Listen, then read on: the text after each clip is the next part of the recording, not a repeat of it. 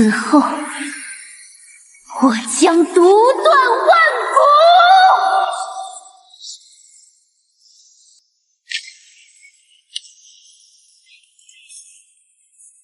谁说魔法少女只能是女生？我为了修仙硬闯规则，变身紫发萝莉，组建宗门狩猎灾兽。随我狩猎灾兽，连官方组织都要忌惮我3分，毕竟我是立志成为荒天地独断万古的猛男。我叫姜思，是个痴迷修仙与超凡力量的网文爱好者。为此5年来，我时时刻刻都在锤炼自身，即使上课的时候，也会在课桌下面不停地抓握力气。午休的时间就去跑步、俯卧撑和引体向上。当然，我也并没有懈怠学习。要知道哪个网文男主不会点物理化，关键时刻还能将古诗文倒背如流呢。直到那辆失控的大运撞来，把我的执念和生命一起碾碎。本以为是终结，没想到我一睁眼竟穿越到满是灾兽的平行世界。这次我从小就开始锻炼，毕竟幼年的身体可塑性更强，反而能突破到更高的层次。3岁开始我就在尝试进行训练，7岁那年稍有成色，10岁时就赶上了我生前的水平。成长的速度让我都觉得不可思议，好像有什么力量帮助我变强得更快。但是这个世界也并没有什么超凡的能力，除了这座叫天罗的城市，以及和前世一模一样的父母，一切的一切都没什么太大的变化，只不过多了个妹妹江可可。我虽然对妹妹没什么太大的兴趣，但为了报答这对父母的抚养之恩，多少也会照顾一下这位妹妹，因此我与妹妹的关系还是不错的。直到那一天，我们一家4口开车出门旅游，突然类似寄生植物一般的怪兽张牙舞爪，身上密密麻麻的树根从楼顶一路蔓延，将大楼彻底吞没其中，而后更多的根须扎入了地底。这便是这个世界的灾兽。被怪物寄生的大楼玻璃碎裂，连同石块如瀑布般淹没楼下众人的车辆。我们车底下也有根须长了出来，贴在了车窗上，就在我的鼻尖处。我想都没想，死死抓住了其中一块，扭了下来。紧接着整辆车被掀翻，我努力伸手去抓住身边的人，最终只抓到了妹妹。当我把昏迷的妹妹拉出车时，已经不见了父母的身影。就在我抱着妹妹准备去寻找父母时，突然一道蓝色的红光停在了灾兽所在的大楼前，是一名穿着蓝色华丽蓬松短裙的少女，手中的法杖格外显眼，这竟然是魔法少女。看着这位魔法少女使出眼花缭乱的魔法轰击灾兽，我瞬间看入了迷，忍不住停下了脚步。如此美丽的力量，不就是我一直追求能够踏入大道的超凡之力？我就算再努力锻炼100年身体，也不可能有这样的力量。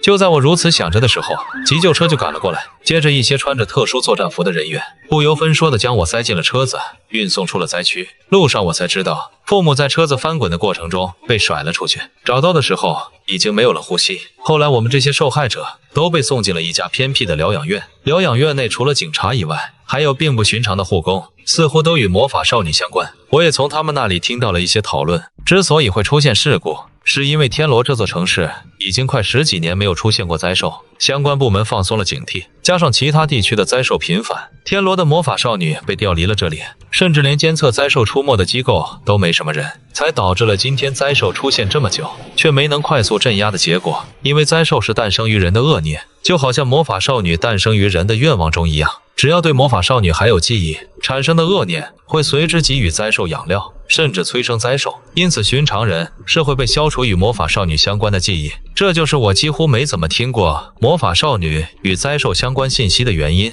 而魔法少女正是我苦苦寻找的超凡之力，或许魔法少女可以拿来修仙。这个念头一从心里产生，几乎让我没办法再去关心死去的父母，毕竟人死不能复生，何况也不是真正的父母，只是不断收集着有关魔法少女的消息。照顾我的护士小姐姐也不吝啬于和我分享魔法少女相关的消息。魔法少女诞生于最黑暗的时候，是少女们在绝望中迸发出的希望，需要在灾兽带来绝望的灾难之时，以最强烈的愿望求得世界的回应。得到魔法种子的女孩们就能变身成为魔法少女，只能是女孩，从无例外。这让我刚产生的一丝希望无情破灭，但我的道心早已坚如磐石，不放弃的继续寻找男性变身魔法少女的可能。第3天的时候，那位消灭了灾兽的魔法少女前来慰问，被孩子们与大人环绕着，像是大明星一样。靠近以后才会发现，这魔法少女比远距离看着还要更闪耀，像是打着特效光一样，身上还散发着一股令人安心的清淡花香味。我本来想有没有机会和对方搭个话的，结果自己妹妹先开了口。姐姐，要是能来早一点的话，爸爸妈妈他们……抱歉，她只是太难过了，并不是要责怪你的意思，小孩子不懂事，说着玩的。对不起。是我该说对不起。我如果能早到一点的话，就不会让你这么痛苦了。对不起，真的对不起。于是妹妹抱着魔法少女嚎啕大哭，而魔法少女居然也是跟着她哭了起来，给我看得一愣一愣的。魔法少女不修炼道心吗？这之后魔法少女再也没有过来。我们的伤势都差不多恢复后，疗养院的工作人员开始将我们送回家，而每个离开的人都要进行记忆消除。至于怎么消除的，我也不记得了。等到回过神的时候，已经到了家中。父母的棺材放在大厅中，亲戚挤满了屋子。我没什么心情听他们说什么，也哭不出来。渐渐在亲戚那边产生了许多闲言碎语，亲戚的态度影响了妹妹。埋葬前一天，妹妹求着我一起给父母送葬，但我视若无睹。直至后来送去了墓地，入土前，妹妹趴在棺材上哭，我也没有去参加葬礼，甚至连父母的最后一面也没有去见。那天正在下雨，我只是远远看了一眼，这让我不由自主地想到了过去。上一世的母亲第一次生气的时候，也是在雨天，她将小说砸在了我的脸上，父亲撕烂了我的书。他们从愤怒到失望，再到最后的冷漠。其实并不能埋怨父母的不理解，因为我知道决定要走上这条路的时候，就注定要被人不理解，只是尽量满足他们的要求，然后继续向前。这一世，我一定要成为魔法少女，因为只要得到这份力量，我就可以踏足真正的修仙之路。我这一生经历的绝境太多了，岂不闻天无绝人之路？随即我将一直藏着的灾兽根须捏在手中，瞬间庞大的负面情绪快速膨胀生长，这是来自灾兽的绝望弥漫，还有此世能吞噬一切的强烈愿望。只要我想走，路就在脚下，我要成为魔法少女。下一刻，点点星光从指缝中溢出，直至汇聚成璀璨的红光。紫金交错的洛丽塔风格长裙，蕾丝缎带蝴蝶结装饰，还有华丽的长靴，轻轻踩在了泥泞的土地上。紫色的长发在雨中飘舞着，我忍不住狂喜。没想到我竟然真的突破了规则，以男儿之身变成了魔法少女。我抓住那条膨胀扭曲的根须，手中紫色魔力如同火焰，将其在雨中燃烧殆尽。然后一颗紫色的种子掉落在地上，我的变身也跟着解除。就在我捡起种子的一刻，一只粉色的飞天小猫忽地凭空出现我眼前。原来这是我的半生精灵，是给我变身魔法少女引路的存在。男孩子变魔法少女，我还是第一次见呢。以后你会常见。快告诉我，这颗种子有什么用？这颗种子叫奇迹种子，只有握住种子的时候才能变成魔法少女。我现在握住了，为什么不能继续变身了？要感受种子里的魔力，与魔力共鸣，只有与魔力共鸣，才能拥有变成魔法少女的力量。闭上眼睛，可以感受到种子里流动的水，那就是魔力。我闭上眼睛，确实感受到了种子里那流动的力量，但不是水，更像是火焰炽热暴力。可我还是无法变身成魔法少女。我现在感受到了魔力了，怎么还是没法变身？最后一步当然是咒语了，变身咒语要自己想，这也是魔力爆发着装的契机。通过咒语变身是常识，好吧？死后，我将独断万古！咒语喊出的刹那，我再次变身为紫发魔法少女，而我也为我的魔法少女之身取名为紫苑。虽然我获得了变身魔法少女的能力，可妹妹与我的关系越发疏远。我们即便在一起生活，但和陌生人也没什么区别。不过我已经习惯了，她也要学着长大。对我来说，求道之路始终是第一位。一来二去，我们两人也就这么过了5年。妹妹上了初中，我上了高中。天罗市这几年灾兽越发频繁，对于魔法少女记忆的管束也终于放开，不再消除相关记忆。路边也能听见关于魔法少女的讨论，但我始终不敢随便变身，哪怕面对亲人也一样。毕竟网文男主从不会轻易暴露自己的秘密。这日我刚搭上早班车去上学，突然一颗可怖的眼球出现在公交车的上方，掀起的狂风摇晃着公交车，可能是不想上学和不想上班的怨念汇聚而成。这东西就是这么麻烦，只要有怨念，就会莫名其妙的诞生。我摸了摸自己的紫色种子，正考虑要不要变身时，突然一道蓝芒击中眼球，冰蓝色的光点迅速将其冻结，一名魔法少女随之轻轻踩在了眼球之上，手中的魔杖只是敲了一下脚下，那对于常人恐怖的灾兽便化作冰晶碎屑在空中四散，而蓝色魔法少女于冰晶中倒着飞去，犹如精灵一般消失不见。我这才移开目光，松开了手里的魔法种子，车里顿时爆发出更多的讨论声。又是她，蓝色的魔法少女，代号东君，自由魔法少女，瞳孔呈6瓣冰花状，能力是低温与操控冰。你记得好详细，毕竟是非官方的魔法少女。听说灾测局一直在找她。这几年灾测局入驻后，已经有固定的魔法少女管辖。之所以有这么大讨论度，还是因为东君作为自由魔法少女，独立于灾测局之外，导致这位魔法少女与灾测局的关系有些不明朗。虽然本身也在清除灾兽保护市民，但与灾测局的不对付，导致大家一直讨论会不会打起来。而在那蓝色的魔法少女消失后不久，谁也注意不到的，我就读的校门口的一处偏僻的小巷，一位穿着蓝色针织衫的少女背着书包走了出来，周围人却好似看不到她一样，直至走到了路边，身上有冰晶碎屑掉落，才有一些学生发现她，热情的过来打招呼。那女孩只是礼貌的笑笑，而后看着班车站那边，目光期待的张望着，像是在找什么人。等我下车的一刻，她急忙走到我跟前。我刚才的表现还不错吧？我点了点头，算是夸奖。而这位女生便是刚刚被称为东君的魔法少女，也是我的高中同桌冰糖。3年前有次我出门遇到灾兽，变身时顺手救下的女孩。本来我是想要抹除她的记忆，隐藏住自己的身份，结果冰糖在灾兽的绝望面前，自然而然地变成了蓝色魔法少女。我们两人在大眼瞪小眼了好久。后来这位人称东君的魔法少女和我成了朋友，也是唯一知道我身份的人。我们两人一起组建了一个独立于灾测局的魔法少女组织。毕竟网文男主都要有自己的组织与下属。路上，冰糖有些无奈地摇着头。昨天灾测局又发了警告，让我要么主动投入灾测局，要么撤出天罗市。明明他们才是后来的。当初天罗市第一次出现灾兽后，灾测局也只是派了些官方人员观测，并没有派遣魔法少女来入驻。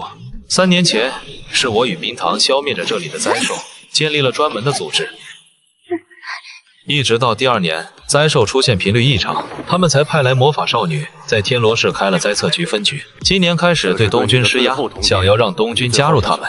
不用理会，随意回了一句以后，我与冰糖来到了一处废弃工厂，这里距离学校不远，甚至站到2楼就能看见学校的教学楼。走到了一处水泥地的缺口后，拿出紫色种子放在了地上，密密麻麻的纹路从种子上流出，构成一个精密的魔法阵。紧接着魔法阵散去，地面出现了一扇门。我们打开大门踏入后，沿着楼梯往下走，直至地底深处的尽头，就看见了一个牌匾，上面写着幻月洞府4个大字。为了做这么一个浓郁修仙气息的牌匾，可是花了我不少功夫。洞口处有灵泉声清脆，这是花了2000钱布置的水循环系统，让洞口看起来像是有水帘一样。墙壁上爬满了藤蔓，只不过都是假的，毕竟真的太贵了，不好养。旁边放置着古朴的灵兽石雕，实际就是一只二哈，傻不兮兮的模样。这些都是冰糖布置的，因为这个世界里没有网文，整个文娱发展都和我原本的世界完全不同。歌曲、小说甚至漫画、电影都是陌生无比，于是很多一些对我而言是基本常识的东西，冰糖听起来好像是天书一样。其实我说的是要买一块灵兽石雕，增加洞府的仙气。结果冰糖搬来了一个二哈石雕，听说还挺贵，是艺术品。把石头涂色后制作的青玉案，上面点着2根香，也算是模拟出了仙气萦绕的感觉。除此以外，洞府里最显眼的就是各样的锻炼器具。我把书包一扔就开始锻炼了，这几年日日如此，从未松懈过。冰糖也已经熟悉了，只是趁着我锻炼拿过了我的书包。你作业写完了吗？没有。我帮你写了吧。我点了点头，继续锻炼。在变成魔法少女前，我身体的强度无论如何锻炼都停滞不前了。在得到变身魔法少女的力量以后，我的锻炼再次有了效果。虽然变强的幅度很小，但能清晰地感知到自己的每次锻炼都在让力量与肉体变强，上限正在不断提高。不过锻炼的结果却并不会从外在上体现出来，没有外在变化对我而言也是一件好事，因为很具有欺骗性。只要能变强，就没有放弃变强的道理。真正的网文主角只会成为无死角、全方面强悍的6边形战士，肉身的强度必不可少。关于魔法少女的等级划分，你找到了吗？找到了，灾测局那边的具体划分只有4个等级：萌芽、新苗、圣战和满开4个阶段。身为官方，却连个更详细的等级划分都没有，模糊的等级划分早就该淘汰了。说罢，我猛地一记侧踹，沙袋被轰击穿。比如我现在的身体强度比不上真正的萌芽巅峰魔法少女，但初级的萌芽魔法少女并非是我的对手。我现在的等级在官方的等级里根本没有定位，只能归类为萌芽，但实际上我是半部萌芽大圆满。什么叫做萌芽大圆满？为什么大圆满还有半部的前缀？这其中的原理，冰糖始终都想不明白。但是他只知道一件事情，那就是我懂得真多，总是能说出他从来没听过的神奇词汇。虽然他听不懂，但是他觉得很厉害。他对我说的一切都深信不疑。3年的时间，也让他几乎不会询问我那是什么意思。反正有用的话，以后会讲的；没用的话，以后就听不见了。我用的一次性词汇也是不少。等到把作业抄完的时候，我那边已经做完了热身运动。锻炼固然可以感受到自身的提升，但是对于我而言，可以应用在实战上的锻炼才是有效的。就像是学习的本质其实是培养属于自己的学习方法一样，如果不能将自己的锻炼转化到真实实力上，那就没有丝毫意义。东君都说了，叫我冰糖就好了。小小的抱怨了一下，冰糖还是乖巧的拿出了自己的魔法种子，以无法被听见的声音念出了咒语。下一刻，冰糖已然变成了蓝色魔法少女东君。3年来，我为了隐藏自己的身份，大半的灾兽都是她在处理，实力已经是半步胜战。念咒语的声音怎么这么小？早上没吃饭吗？当然是太难以启齿了。无所谓了，快点把早上的那只灾兽放出来。冰糖深吸了口气，伸出戴着白色手套的右手，庸作其一，拙劣的镜中倒影。话音刚落，手上散发出的冰霜迅速凝结，在前方凝聚成了早上班车前的那只大眼灾兽模样。对了，除了4大阶段划分以外，其实在他们灾测局还有具体的数据划分，将魔法少女的能力分为6项具体的数值，其中包括力量、魔力、反应、速度。不等他说完，我凌厉的一记侧踹，直接轰碎了冰晶大眼怪。冰糖瞬间瞪大了眼睛，毕竟哪怕是他的冰霜魔法是第一次构筑出的倒影，强度都是毋庸置疑，比我不变身的时候都高1级才是。我则是甩了甩手，不屑地哼了哼，哼，战斗的时候谁和你比数据大小？您说的对，终究还是要看实战的。不过您的肉身真是越来越强，恐怕一些魔法少女都已经不是对手了，真是不可思议。一般般吧，倒不是我真的谦虚，是因为现在这具身体距离自己变身魔法少女后的实力差得太远。变身魔法少女有限制，而且容易被盯上。如果可以的话，我想尽量将肉身的力量、反应速度这些推到魔法少女的领域。变身魔法少女应该是最后的杀手锏，而不是常态的作战方式。但肉身变强的速度太慢了，只能慢慢来。我想要回头继续锻炼的时候，发现地上碎裂的冰块重新凝聚成了大眼灾兽。还没结束哦，那只大眼灾兽最特别的地方可是在于复原能力。我不以为的再次冲过去的一刻，灾兽眼中一缕红芒激射而来，顿时将我顶住，无法动弹，随即慢慢升空，与我拉开了距离。周围的力量汇聚过来，眼球中庞大的赤红力量越来越强。就在赤红能量爆射出来的刹那，一抹紫色的火焰从我体内悄然升起，一闪而过的俏丽身影让空中的冰晶灾兽淹没在了紫色的烈焰中。当我解除变身落到地面后，朝着手里滚烫的紫色种吹了口气，前方燃烧的火焰瞬间消散。一刹那的变身，还是根本没有变身，只是借助了种子里的魔力。而冰糖发现自己根本跟不上我的速度，更让他遗憾的是没能看清我变身后的可爱模样。那个当初拯救了自己的魔法少女，现在想见到一面可不容易。收起种子后，我继续进入狂热锻炼状态。冰糖解除变身后，看了一眼手机，潜伏在灾测局那边的玲玲来消息了。什么消息？灾测局侦测到了几处灾兽的诞生起点，但是他们人手不够，打算暂时先放弃几处。只是什么？有话快说。只是有一个诞生起点，在您妹妹的初中学校。可可吗？与此同时，江可可正站在教学楼天台，看着城市中央远远的公园，那是父母小时候经常带我们去的地方。回忆着美好的过去的同时，更加无法原谅我这个他认为冷漠冷血的亲哥哥。突然，整个教学楼晃了一晃，江可可摔在地上，一头像是蝙蝠的灾兽从教学楼前方的操场上破土而出，随着一声尖笑从蝙蝠口中吐出，整个学校和周围街道上已经没有一个能站起来的人。江可可宁愿自己也晕过去了，但是没有，那只尖笑灾兽转过头，可怖的双目死死盯着他，他咬着嘴唇瘫软在地，但比起恐惧，更多的委屈与难过。为什么我总是要经历这样的事情？为什么我的人生就没有半点好事发生？爸爸妈妈死在灾兽的手上，哥哥冷漠的不像是人，我到底为了什么都活到现在？江可可内心天人交战的一刻，灾兽张开了大口，已经朝他俯冲下来。他下意识拿出了自己的魔法种子，这是他在父母出事那天得到的。然而从那天拿到为止，魔法种子就一直保持着暗淡的灰色，像个空壳，似乎是被什么东西吸走了能量一样，就好像他的人生一样，总是在充满希望与幸福的时候，再给他最深沉的绝望，嘲笑着自己在不幸面前的软弱与丑陋，只剩下一句不知道为什么存在的空壳。如果从一开始就没有出生就好了。自顾自说了句，他闭上了眼睛，静静等待死亡。忽然耳边传来了铃铛般清脆悦耳的声音：灾兽吃人就会变强，尤其魔法少女被吃掉，灾兽会变得更强。江可可顿时睁开眼睛，就见变成魔法少女的我站在她眼前。我随手甩出一道火焰，便将蝙蝠怪击退，没有给我这位受惊吓的妹妹缓过劲的时间。我接着发问：魔法少女最重要的是什么？是信念，一颗无论何时都不会放弃希望的心，是魔法少女奇迹的来源。为什么不变身？我变不了，种子是空的。说着，他张开手心，将种子给我展示了一下。我并没有表现很惊讶，毕竟只要有种子就能变身。就在这时，蝙蝠怪再次袭来，我头也不回，只是盯着他的种子。快变身！我说了，没办法。变身！步步紧逼的催促让江可可终于是放弃了抵抗，她闭上了眼睛，死死抓着自己的魔法种子。变身！下一刻，炽热的魔法杖落在她的手中，火红的裙摆犹如艳浪摇摆着。江可可终于成功变成了魔法少女，她震惊抬起头来，发现蝙蝠怪并没有撞下来，因为我只是微微侧身伸出了手，层层叠叠的紫色花瓣在我手中堆积起来，生生拦住了坠落的庞大灾兽。这不是做得很好吗？多亏了前辈。你的半生精灵呢？咦，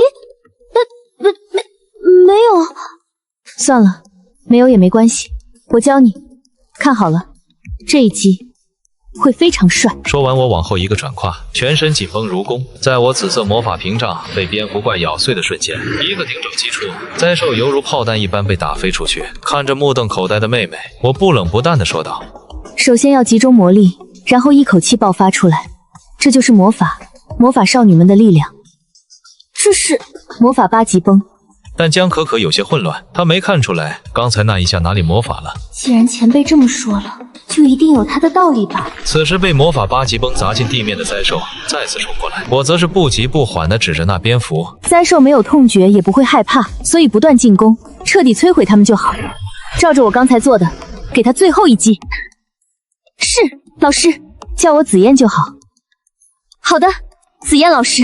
江可可深吸了一口气，集中精神感受着魔杖里澎湃的魔力，伴随着意念与魔杖的连接，原本躁动的魔力温顺地听从着他的调遣，将魔杖对准了挣扎的灾兽，一口气将魔力全部释放出来。赤红色的光柱如洪流般从魔杖中奔涌而出，咆哮着淹没了蝙蝠灾兽。江可可不敢放松，只是一味地倾泻魔力，直至我手搭在了他的魔杖上，将他的魔力停滞下来。做得很好，放松。收力。下一刻，虚脱了的江可可一屁股坐在地上，大口喘息着。蝙蝠灾兽已经被轰得连渣都没有，只剩下一团漆黑的种子。而这颗种子名叫悲叹之种，是诞生灾兽的必要之因。众人的悲叹汇聚成种子，种子发芽成长，化为灾兽。对于魔法少女而言，算是有毒之物，一般都会直接消灭掉。然而江可可却看见我拿出了一个好像是徽章一样的物品，将那悲叹之种吸入其中。她从来没见过魔法少女收集悲叹之种。一般而言，灾兽只会单独出没，遇见灾兽尽全力消灭就好。但你的魔力比较出众，只要确定消灭了，就没必要继续耗费魔力。今日就先这样吧，我还有其他事情要处理。紫苑老师，我还不知道怎么联系你。紫苑老师。江可可跟着跑了几步，便有些气喘吁吁。她发现自己飞不起来，只能眼睁睁看着我迅速消失，一时间觉得心头空落落的。就在这时，一道粉色的光束从远处划破天际而来，迅速落在她眼前。新的魔法少女吗？你好，我是灾测局编号0721的魔法少女银莲，也是天罗市魔法少女作战队的队长，将对您与校园诞生的灾兽异常进行调查询问，可以配合一下吗？好的，银莲队长，我叫江可可。之后，江可可两人来到了一家新开奶茶店，只不过解除变身后的银莲竟然是一个小短腿萝莉。这巨大的反差让店员小姐姐误以为银莲是江可可的妹妹。虽然这位粉色魔法少女极力辩解，两人各自点了杯冰镇柠檬水，坐到了靠窗的位置。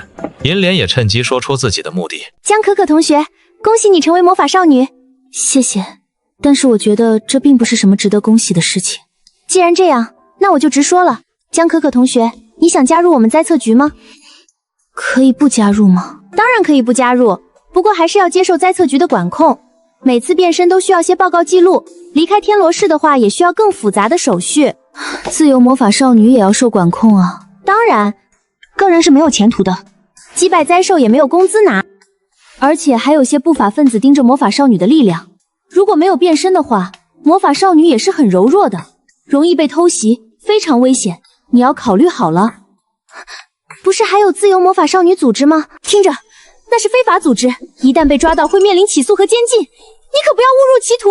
江可可被吓了一跳，她知道灾测局对魔法少女的力量管控很严格，但是态度这么恶劣，还是有些超出她的预料。不等她缓过劲，这个小萝莉又巴拉巴拉起来。你对他们一无所知，天罗市唯一的非法魔法少女组织青云宗，你知道这是个多么恶劣的组织吗？但是青云宗也没有伤害民众吧，也一直在对抗灾兽。对抗？他们那个叫狩猎，把灾兽看作自己的猎物，到处和官方魔法少女抢夺灾兽，甚至为此攻击魔法少女。良性市场竞争嘛。青云宗最可怕的不光是他们狩猎灾兽，还饲养灾兽。他们声称灾兽也是可以驯化成为护宗灵兽的，简直不可理喻。大量灾兽聚集，一旦失控，后果不堪设想。护宗灵兽是什么？我怎么知道？反正那是一群疯子，迟早要被灾测局解决掉。我不能让你误入歧途。他们不仅抢灾兽，还抢夺魔法少女的奇迹种子，将魔法少女驯化成自己的工具。灾测局现在还没找到青云宗的痕迹吗？还没有，青云宗一直隐藏得很好。东君一直都在明面上活动吧？很难找吗？东君并非是重点，而是青云宗的首领，也被他们称之为宗主，是一位紫色的魔法少女，还是圣战级别魔法少女。她才是灾测局最忌惮的存在，不仅实力强大，而且行踪隐秘。一听到紫色的魔法少女，江可可自然是立刻想到了今天教她变身的那位，没想到就救了自己，还教会自己变身的，居然是自由魔法少女组织的首领。心头不由升起与有容焉的骄傲，然而银莲的面色却突然阴沉起来。紫色的魔法少女非常危险，她真的杀过魔法少女？不太可能吧？灾测局有记录的，如果你看见紫色的魔法少女，最好离远一点。不过也不用太担心，她很少出现，一般是遇不见的。但是我真遇见了。江可可心头想着，但终究没说。相比起眼前这位第一次见面的女孩，她更愿意相信救了自己的紫苑一定不是坏人。与此同时，我正在自己洞府内研究这枚黑色的种子。当手心的荡魔力穿过悲叹之种时，那黑气瞬间分解成为五颜六色的光芒。我把这个称之为魔晶。虽然第一时间想的是妖丹，但怎么看灾兽比起妖兽更类似于魔兽，所以最后还是觉得悲叹之种更接近于魔晶。按照经验，魔晶就能拿来修炼，也可以当做货币。可惜天罗市没有什么佣兵工会悬赏魔晶，差了点味道。魔法世界前期的修炼方式和修仙不太一样，但到了最后其实都是差不多，都是领悟法则，开辟大道，这就叫殊途同归。如今单纯的肉体训练已经很难让我有所提升，毕竟本身力量就已经相当恐怖，冥想和悟道多少有些超前，也不太适合现在这个级别。至于吸收灵气就更别提了，因为这个世界很难感受到什么灵气，污染倒是不少。何况魔法少女应该也没办法吸收灵气，不过变身魔法少女后应该算是有灵根了。我的魔力很像火，所以我猜测应该是火灵根。至于其他的修炼手段，什么斗气啊、果位啊、序列啊、扮演啊、魔药啊之类的，就更是没什么可能。这个世界除了魔法少女，也没那么多稀奇古怪的东西。当然也可能是我还没接触到，就好像当初没接触到魔法少女一样。最后我找到的修炼办法就是吸收魔晶，积蓄魔力，非常原始又很普及。不管是魔法还是修仙，基本都会有类似的修炼之法。等那五彩之光尽数纳入体内，那块魔晶，也就是所谓的悲叹之种，便像是玻璃一般的碎裂散落一地。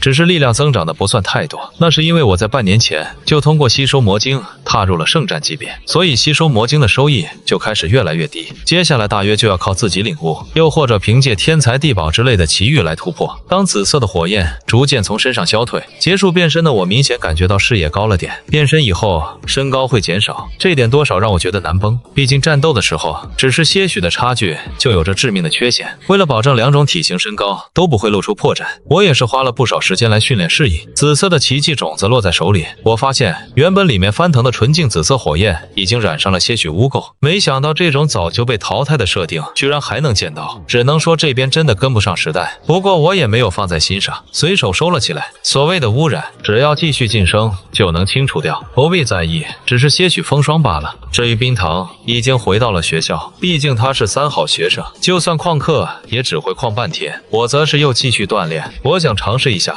能不能将魔力效果延续到自己的肉身上。自从5年前变身魔法少女以后，我就发现自身肉体的极限被解放了，所以如果能把魔晶里的魔力传递到这具肉身上，或许能有更大的突破。可结果不是很理想，没有任何的提升。显然魔力对普通人类而言是无法承受的东西，大量魔力灌入会直接导致死亡。灾兽的危害性之一就是无意识的不断散播魔力，在灾兽附近待得太久，普通人就会被魔力污染，以至于身体机能下降。但是少量的魔力又没办法在人体内凝聚，所以我得找其他的办法。上次听冰糖说，在灾测局中有用奇迹种子传承力量的说法，不过一旦使用了传承奇迹种子，原本主人不但会失去变身的力量，就连和魔法少女相关的记忆也会消失，这太残酷了。很快我就否定了这个想法，毕竟直接抢魔法少女的奇迹种子不仅麻烦，而且不符合我青云宗的风格。要知道网文男主大抵上还是要3观正的，因而抢灾测局里的空缺奇迹种子要比直接抢魔法少女的方便得多。何况这件事情冰糖也已经布局了很久，最近应该就能见到成果了。就在这时，一只鸟儿不知道从何处飞了进来，最后停在了我的肩头。宗主大人，灾测局的人与您妹妹接触了，要阻止吗？不用，这反而对我们有利。可我万万没想到，江可可竟然将银莲带回了家。我一度以为自己出现了错觉。这个自从5年前父母死后和自己闹掰的妹妹，不仅仅是对我态度恶劣，实际上对所有人都很冷漠，一副要与世界绝交的姿态。别说朋友了，平日里在学校和同学都蹦不出几句话。每次去开家长会，班主任都会和我强调这件事情。江思啊，你的妹妹太自闭了，这样下去不行啊。要不要去医院看看，是不是生病了？这是我的朋友银莲。可可的话打断了我的思绪，我只是轻描淡写的点了点头。那好好相处。不用你说。至于银莲可就惨了，本来说跟着江可可来家里看看，其实是想着说服他父母让他加入灾测局，结果回来就遇见这种状况，自己夹在中间尴尬的要死。好在江可可将他拉入了自己的卧室。没想到他是你哥哥啊。怎么了？你认识他？在高中就没几个不认识他的吧？附近高中都知道他的名字，经常旷课，把老师气个半死，而且最会惹是生非，主动挑衅学校外的混混们，说什么实战演练，给人都打进医院了。那群混混父母都找到学校来了，还好都有案底，学校这边也能应付。江可可忍不住嘴角抽搐了一下，虽然知道自己这位亲哥的恶名，但是没想到传播的这么广，连魔法少女都知道。他就是这么差劲，也不是说差劲吧，最起码学校附近混混都不敢来了，被他打怕了，也是做好事了，没有欺负学生。老爸老妈说过让他好好上到大学毕业的，结果他根本不好好上学，天天不是旷课打架，就是说要锻炼。你的父母5年前遇到灾兽去世了。抱歉，我不是有意的。没事，家里只有我和他，但是你也看到了，我们关系不好。如果你想说服他让我加入灾测局，那你可以试试。我没兴趣和他说这件事情。那我试试吧。随便你吧。2个小女生在说悄悄话的时候，我已经做好饭菜，自顾自的吃完了。看见银莲从可可屋子里走出来，我也是顿了下。一般来说，这时候江可可会出来吃饭，显然自己这个亲妹没有要出来的意思。我正准备收拾一下桌子，银莲走了过来。江学长，您应该认识我吧？我瞥了他一眼，不记得。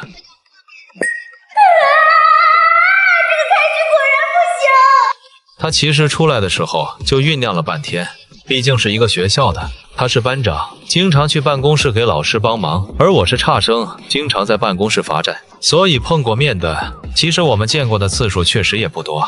但他以为见过3、4次，应该会印象很深刻，所以才想着用这个开局来拉近一下关系，结果大失败，搞得他整个人都恨不得钻进地缝。不过很快调整了一下，虽然耳根子都有些红晕，但还是保持着专业的笑容。江学长，我是高1 6班的班长银莲，我们之前在办公室见过。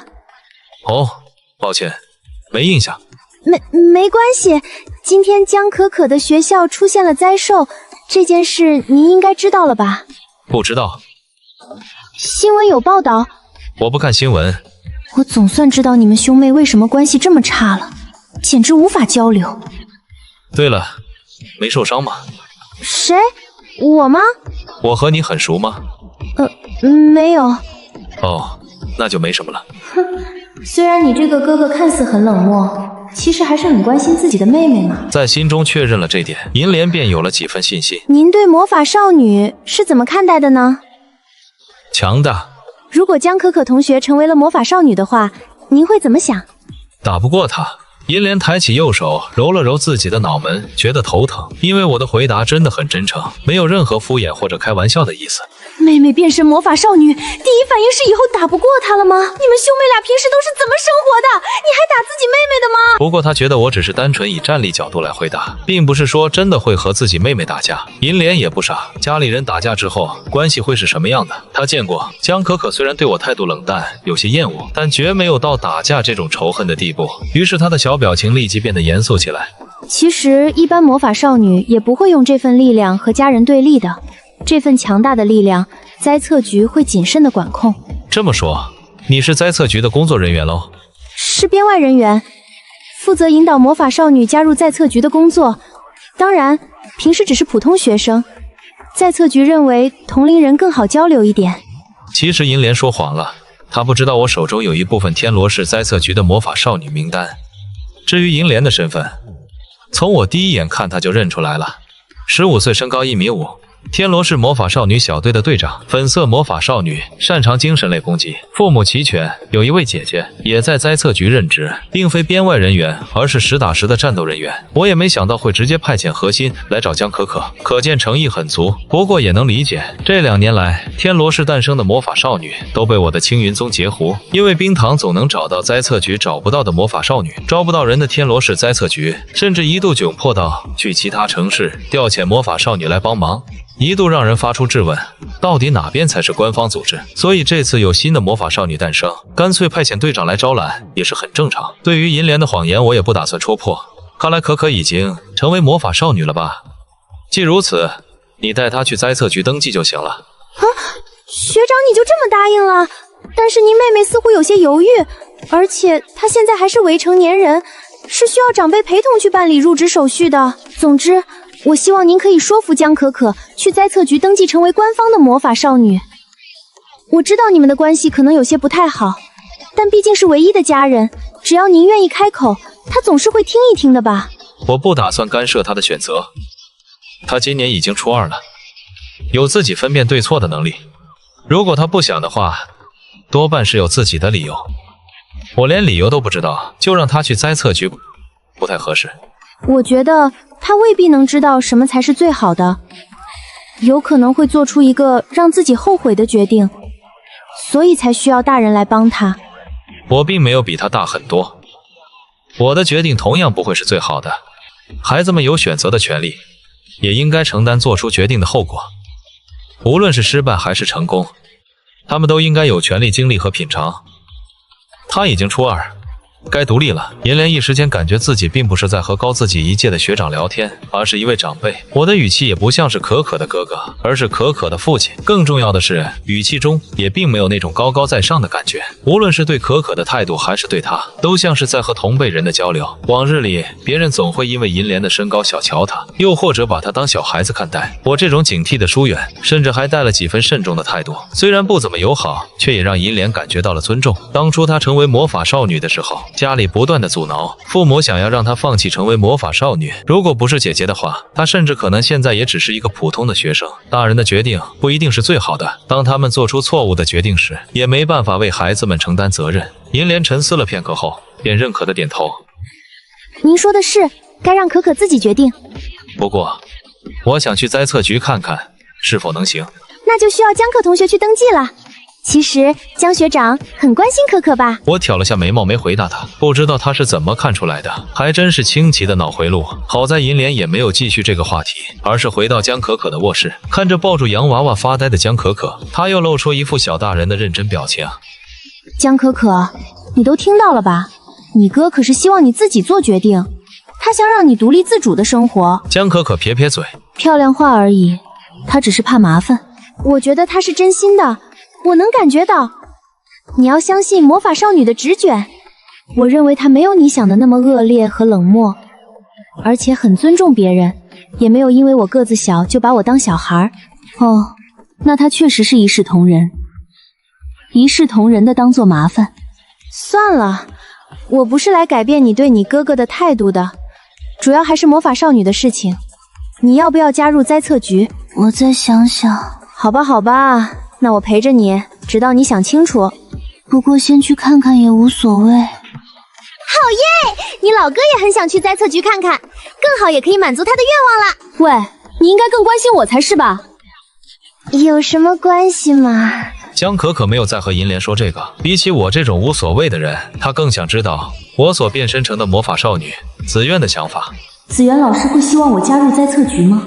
要是能再见面就好了。对于妹妹最后还是决定要去灾测局这件事情，我倒也不怎么意外。虽然我们两人关系越发恶劣，但这5年里，偶尔回家就能撞见她开着电视看魔法少女相关的节目。要知道，魔法少女也是要赚钱的，主要是灾测局需要资金运转，所以靠着魔法少女偶像化来赚钱也是常有的事情。而江可可最在意的是当年那位名为翠雀的蓝色魔法少女，也是曾经拯救了我们的恩人。虽然她自己从来没有说过，但我也看得出来。因为当初失言责备翠雀没能早点来拯救父母，他一直很愧疚，经常会寻找翠雀的一些联系方式，以前还写过信想要寄给翠雀，可惜石沉大海。在江可可看来，翠雀应该就是他的偶像与目标吧，而翠雀也是隔壁城市灾测局的魔法少女队长，所以江可可会加入灾测局合情合理，以后也有机会能见到自己的偶像了。为了保证不会太丢脸，我一大早起来换了一身衣服，衣服是父亲以前留下的，我高一的时候就已经差不多可以穿了，把头发整理一番，眼神颓废一点，像是上过班后半死不活的模样，看起来就完全像个社会人士了。至于面貌这东西，气质可以掩盖许多，最起码从楼上下来的时候，银莲看过来时的反应，可以证明我确实调整的不错。你哥好像你爸哦，他就是照着老爸的样子打扮的。我不是这个意思，我是说他打扮得很老成。哼，说不定内心是个千年老妖怪。没心没肺的。实际上，每次去开家长会的时候，我都穿这一套。江可可也早就习惯了，而我就2套衣服，一套校服，一套父亲留下的西装。父亲的西装穿的很少，但是每次穿的时候，确实和父亲很像。第一次去家长会的时候，班主任甚至都只以为他爸爸这么年轻，但只要一开口就会露馅，毕竟声音还是嫩了点。不多时，在银莲的带领下，我和可可竟然来到了5年前被送进去治疗的疗养院。灾测局原来是在这种地方吗？这么近，冰堂怎么没和我说过？正当我想着的时候，银莲带着我们又一转，拐进了疗养院附近的一处小道，然后就是左拐右拐，几乎把人绕晕以后，来到了一处我们兄妹俩都没见过的地方，应该是在郊区附近，一片小树林遮挡着视野。我们3人在一处墙角处停下，那面墙壁年久失修，里面的红砖都露了出来。这时银莲拿出了一把钥匙，按在了那墙壁上，下一刻，整面墙壁犹如大门，向着两边敞开。银莲收起钥匙，轻快地跳了进去，而后从里面探头对着我们招手，示意跟上。进去后就发现对面居然是车站，总共10个站口，每个站口的尽头有一枚黄铜质地的小铃铛。我们从墙壁进来的位置在9号和10号的中间。欢迎来到9又4分之3站台。真是幼稚完了，没想到堂堂灾测局居然在站台这里还要模仿一下外国佬。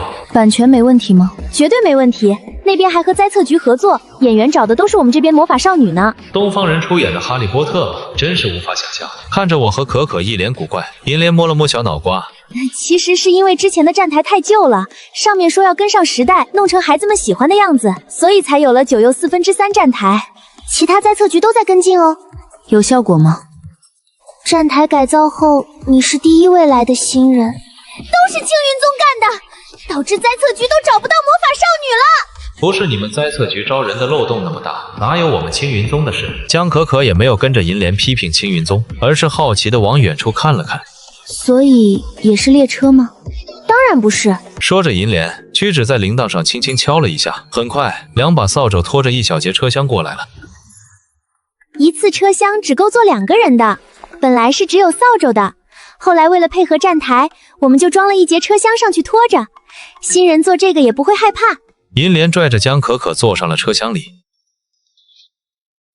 我学长稍等一下，我回来接你。扫帚拉起车厢往上飞的时候，他下意识低头一看，顿时瞪大了双眼，因为我像弹簧一样猛地暴跳而起，几乎快6米的高度，我一跳就抓住了起飞的扫帚把。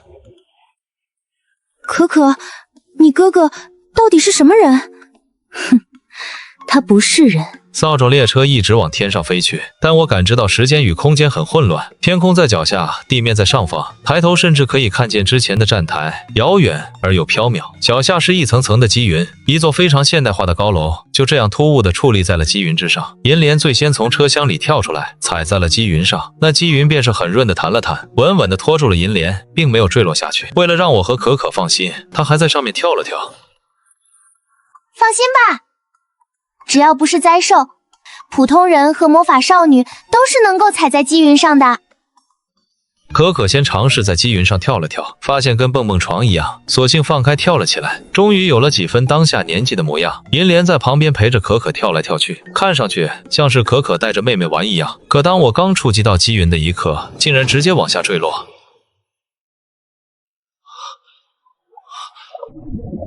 却又有一种往上飞的错乱感。银莲发现不对，立刻飞奔过来，在粉色魔力加持下，以极快的速度抓住了我的手。江可可也是立即跳我身边，抓住我另外一只手。果然你不是人啊，这都能掉下去。都什么时候了，可可你还说这种话？说着，再次拿出了钥匙，将刚才消失的扫帚召唤回来，垫在了我的脚下。等到我踩着扫帚飞上来，银莲才微微松了口气。怎么会突然往下掉？不应该啊。真不是人。你最近有接触过什么灾兽吗？是不是被灾兽污染的？哦，是有，过去了初中部那边，踩到那只大蝙蝠的血了，可能是因为这个吧。实际上污染也不会那么简单，我多少猜到了点，应该和自己吸收悲叹之种的魔力有关。看来灾测局还是有些手段的。银莲这边扶着我，操纵扫帚往灾测局大楼去的时候，江可可在后面拍了我一下。你去初中部干什么？路过。江学长应该是担心你才去初中部的吧？他不会说谎，或者说懒得说谎，说路过就是路过，不要想太多。但是也太巧了啊，怎么就突然路过初中部，还进去踩到蝙蝠灾兽的血？我觉得他真的是担心你，结果被污染差点摔死了。不要胡思乱想，或许我真应该加入灾测局，这样可以尽早的离开这个讨厌的人。唉，虽然很高兴你愿意加入灾测局，但是理由实在是有些让人高兴不起来哦。很快我们进入了灾测局大楼，走廊两边墙壁上挂着许多魔法少女和灾兽的画，这些画都是动态的。靠近的时候，灾兽便是朝着这边咆哮一声。在走廊尽头的时候，可可忽然停了下来，抬头看着最上方那张画里的魔法少女。银莲见状也跟着停下做了介绍。这位是翠雀前辈，你们也是她的粉丝吗？虽然翠雀前辈今年才17岁，但已经是灾测局里数1数2的魔法少女。听说学习成绩也是名列前茅，你们和她见过吗？5年前，我们遭遇灾兽的时候，就是被翠雀前辈救下来的。就在我抱着妹妹准备去寻找父母时，突然一道蓝色的红光停在了灾兽所在的大楼前，是一名穿着蓝色华丽蓬松短裙的少女，手中的法杖格外显眼。那崇拜翠雀前辈也很正常了。崇拜倒是说不上，当时我说错了话，责备翠雀前辈没有早点来救下父母，一直很后悔，想要和他道歉。没关系的，翠雀前辈不会在意的。不过你要是真在意的话，加入灾测局有很多机会见到他，到时候再好好道歉就是啦。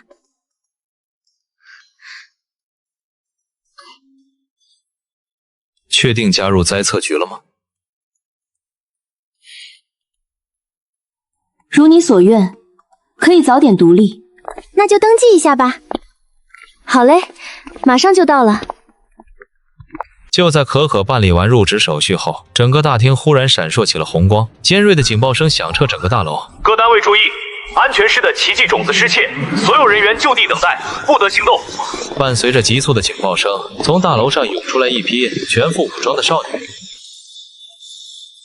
其中领头的是一位金发的少女，穿着一套飒爽的军装，一双翡翠般的眸子冰冷异常。所有大门倏然关闭，军队向着两边排列开，将整个大厅围困起来。金发少女的目光立刻扫过可可与我，监测到刚才云层有波动状态，是哪一位引起的？此话一出，银莲面露苦涩，只好如实相告。是他。很快，我被金发少女带到了单独的包间。一般来说，没有什么人能入侵这里，但众所周知，只要有人的地方，就总有漏洞。灾测局也是一样，不然青云宗也不至于能在灾测局打入内鬼。更何况这个世界既然有魔法少女，就会有其他诡异的超凡力量。潜入这里也不是什么天方夜谭。江可可作为新的魔法少女，在灾测局的地位自然不必多说。他们等一个新人等得望眼欲穿。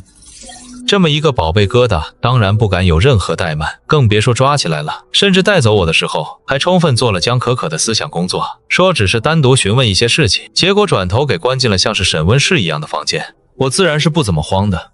冰堂这些年收集魔法少女，也是得到了不少奇奇怪怪的能力，比如位置交换这种空间系的。魔法少女的能力多种多样，也没有什么规律，根据能力的提升与开发，就算是最简单的机制，最后也能发挥出不可思议的能力，比如交换位置的魔法，一开始也不过是魔法之手这种带有物理攻击的能力，后面不知道怎么就开发成了位置交换。对于我而言，如果真的身份暴露，那么直接位置交换离开就行。不过这样就会彻底坐实自己的身份，以后恐怕就没办法正常生活。不到迫不得已，最好还是不要这么做比较好。更何况冰堂也和我说过，灾测局里有内应，如果有什么意外会出手帮忙，所以我也不着急，慢慢看看局势发展。这时，一位红色长发的御姐走了进来。苏珊，他是江可可的哥哥，江可可是灾测局好不容易等来的新人，你一来就把人家哥哥抓了，以后人家会怎么看我们？万一传出去，新人魔法少女谁还往我们这里来？只要不传出去就行了。江可可是魔法少女，你那一套失忆术对她没用。我知道，我有的是办法让她不会说出去。银洛小姐，你不会要对魔法少女动手吧？与金发少女针锋相对的红发御姐，正是银莲的亲姐姐，也是灾测局的文职人员。在我被抓过来的时候，银莲就立刻联系了姐姐来帮忙，这也是我到现在没被审讯的主要原因。至于金发少女，名叫苏珊，外貌上来看应该是个混血儿，气势凛然，目光神色中多少带着几分傲慢。我没有那么蠢，银洛小姐，你的审讯我需要陪同，这不符合规定。苏珊小姐，私自抓捕僵尸也不符合规定，我们没有囚禁魔法少女掐数的权利。争吵持续了一会儿后，最后还是苏珊妥协了，我也松了口气。您就是江可可的哥哥江思先生吧？请不要紧张，我们只会做一些简单的询问，结束以后就会让您回去。江可可小姐已经把情况跟我们说过了，您是江可可的兄长，对我们而言是贵客，不会为难您。刚才您从扫帚车厢下来的时候，穿过了云层往下坠落了，对吗？是的，我在昨天路过了北二附中，正好撞见蝙蝠灾兽，被灾兽的血迹污染，所以才无法踩在云层上。银莲是这么说的。银洛也是看了一眼苏珊，笑道：确实如此，之前也有一位魔法少女被灾兽污染没有清理，来到这边的时候差点掉下去。但是污染没有持续1天的，人的体质是不一样的，更何况她是普通人，魔法少女净化污染的速度也会更快一些，是不是？这次苏珊终于不再否认，银洛也是松了口气。总之，普通人还是要远离灾兽最好。灾兽的魔力带来的污染时间一长，不仅会生病，还会让脾气变得暴躁易怒。谢谢，我知道了。这里还有一份协议书，希望您能签一下。关于这次审问，希望您不会向外透露。等一下，我还没说可以结束了，你不要自作主张。他身上的疑点还有很多，我们需要继续测试他是否能通过云层。苏珊小姐，普通人的污染时间长则半个月，你要囚禁他半个月吗？可以为他做净化仪式。她是普通人，不是魔法少女。净化仪式会失去记忆，对身体也有损失。我完全可以对你提起诉讼，苏珊小姐。苏珊也是丝毫不退让，抬着头冷冷地看着他。我们丢了3颗种子，银洛。如果眼前的人就是偷了3颗种子的罪人，这样放走他，谁也承担不起这个责任。我敢担保，他绝对不是偷走种子的人。我用我的职位担保，如果他是盗取种子的小偷，我愿意承担一切责任。此刻两个人已经完全无视了我，沉浸在了争执当中。现在的银洛与其说是帮我，更像是要给自己争一口气。我也忍不住侧目，对方乍一看像个成熟的白领女，实际上要情绪化得多。争论没几句就上头，直接就做了担保。一直面色冰冷的苏珊终于勾起了嘴角。既然你都这么说了，那到时候写个报告给局长，日后我调查出任何问题，都由你来一手承担。好啊，没问题。银洛而后碰了下自己的眼镜，实际上手稍微抖了抖。我知道银莲的这位姐姐恐怕心头并不像表面这么镇定自若，但也不想继续在这件事情扯皮下去。现在可以放了他吧，有什么事情我来承担。既然你怕事，还是迟早辞了这个位置吧。想要辞退我很难，倒是银洛小姐，但凡我有什么异常，不仅你的职位不保，你妹妹的队长身份恐怕也会撤销。这就用不着你来操心。说着，他上前把我手上的手铐打开，拉着我就快速离开了审讯室。走出房门的时候，我便下意识想要回头看看，却被银洛打断。别回头，那家伙疑心病很重，你多看他一眼都会被抓起来再审问一会儿。这么不讲理。苏珊以前也是魔法少女，后来因为灾测局一些小小的错误失去了奇迹种子，没办法再变身。为了补偿她，灾测局给了她警卫部部长的位置，权力很大。而且她自从失去了变身能力以后，就像是进入了更年期一样，喜欢找别人麻烦。果然官方组织都一个样，内斗严重，哪怕挂着魔法少女的名字也不能免俗。当我和银洛重回大厅，一直焦躁不安的银莲瞬间小跑过来，拽着自己的姐姐的胳膊。不愧是老姐，能从苏珊手里把人捞回来。至于江可可，只是冷冷看了我一眼。银洛有些奇怪，身为我的亲妹妹，怎么对我的态度如此冷淡？而后摸了摸自家老妹的脑袋。本来就没什么事情，是苏珊自己理亏。不过奇迹种子丢了，上面有占卜说是魔女会找到灾测局的位置了。银莲，你得小心点。放心吧，姐姐，等找到他们，我一定给他们迎头痛击。我在旁边则是微微蹙眉。魔女会是散播悲叹之主饲养灾兽的组织。我之前听冰堂说过，这群人给青云宗也造成了不小的麻烦。他们的目标就是狩猎魔法少女，青云宗的成员自然也在范围内。由于入会的仪式过于残忍，冰堂也没能让青云宗成员渗透进魔女会。单论规模和知名度，魔女会其实不能和青云宗与灾测局相媲美的，路边一条而已。居然能从灾测局里偷到奇迹种子，果然灾测局太垃圾了。为什么冰堂会比魔女会慢一步？难道占卜出错了吗？正当我思考间，苏珊带着3名军人面色不善朝着我们走来。银洛皱起眉头，刚要挡在前面。云层测试申请通过了，上面要求我来单独为他进行测试。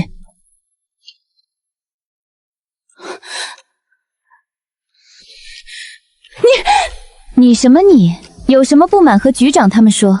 文件已经给你了，银洛你也看到了，我这是合法合规的测试，再做阻拦就是你们违规了。银洛显然是没想到，在自己已经承诺了的情况下，苏珊居然又立刻去申请了云层测试。文件黑纸白字就在这里，就算在灾测局还算是有些地位，一时间也是奈何不得。银莲也是满脸的无奈，我知道眼下的局势是躲不过去了。